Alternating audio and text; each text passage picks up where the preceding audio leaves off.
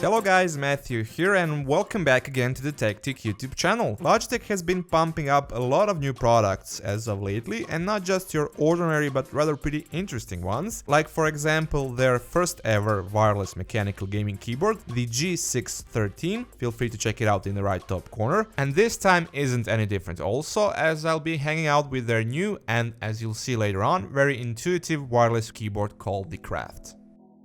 Right away you can see that this is not your ordinary keyboard, being it the design or the ergonomics of it. It's very clean looking and simple, really elegant and easy on the eye thanks to this very subtle two-tone color scheme, and personally I really like it when it comes to its looks.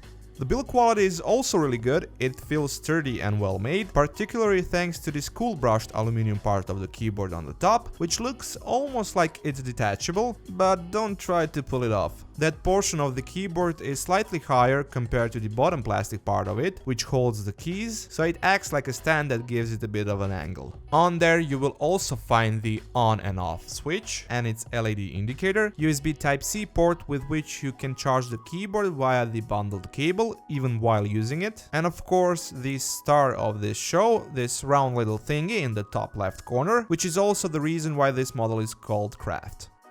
This jog type of dial, or the crown as Logitech calls it, is much more than your just volume control, although it can be that also if you want. There are three major functions or point of controls of it: touch sensitive top surface, which is cool, but you'll be pressing it by accident a lot, a clickable middle press, and of course the infinite rotation. It turns in steps, giving you additional feedback, or in very satisfying freewheel butter smooth motion mode, almost like it has no resistance, something along the line of their hyperscroll technology. Depending on the application, this resistance-free mode activates, and you can actually hear it switching back and forward when you switch between applications.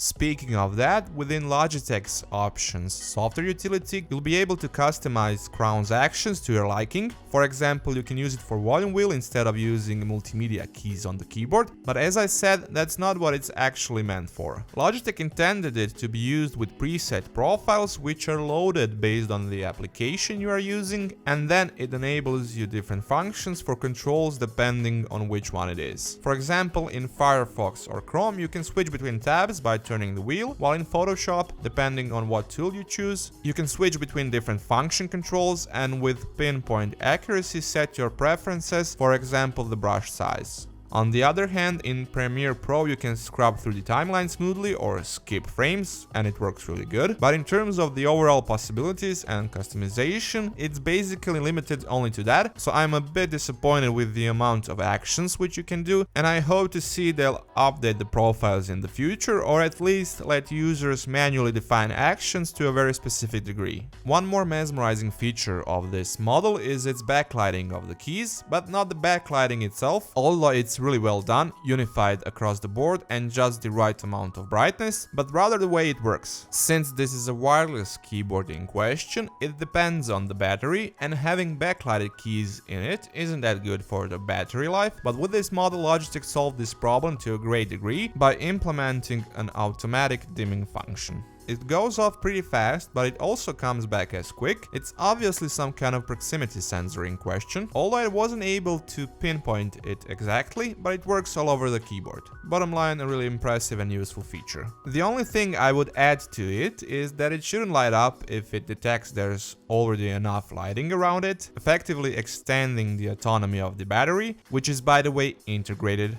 With one charge I could get around 5 to 6 days of extensive use, anywhere from 8 to 12 hours a day, which is a decent figure and close to claimed numbers, while as I said, you can always connect the cable and use it like that when charging. But that's not the main way of connecting the keyboard, as the Craft is a wire-free model and it uses Logitech's unified wireless receiver as its primary way of establishing connection, while you also have Bluetooth as an option, and you can switch between devices using these three hotkey profiles, just just as seen on their latest G613 model. It also supports Mac OS, which is why you'll see some of the keys being labeled with its signs, while there's plenty of multimedia and other function keys on that top row.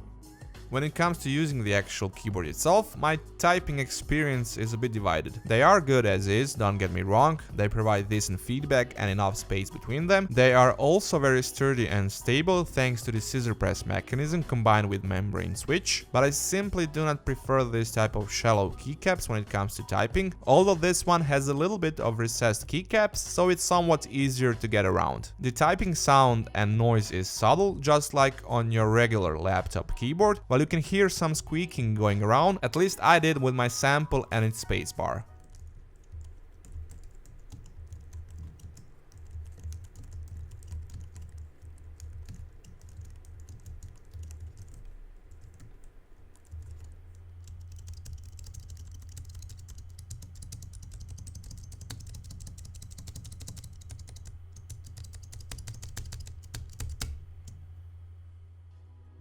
As you saw, Logitech's options software is pretty standard looking beside the crown function. Here you can repurpose your other keys, check your battery level, update software, check connected devices and so on. Pretty much your usual stuff. I can definitely see myself using this keyboard, maybe not for typing that much, but for content creation for sure, which again is the reason why this model is called the Craft and why it exists. With few more tweaks, it could be almost near perfect keyboard for this type of usage, and it kinda needs to be with a price tag of $200.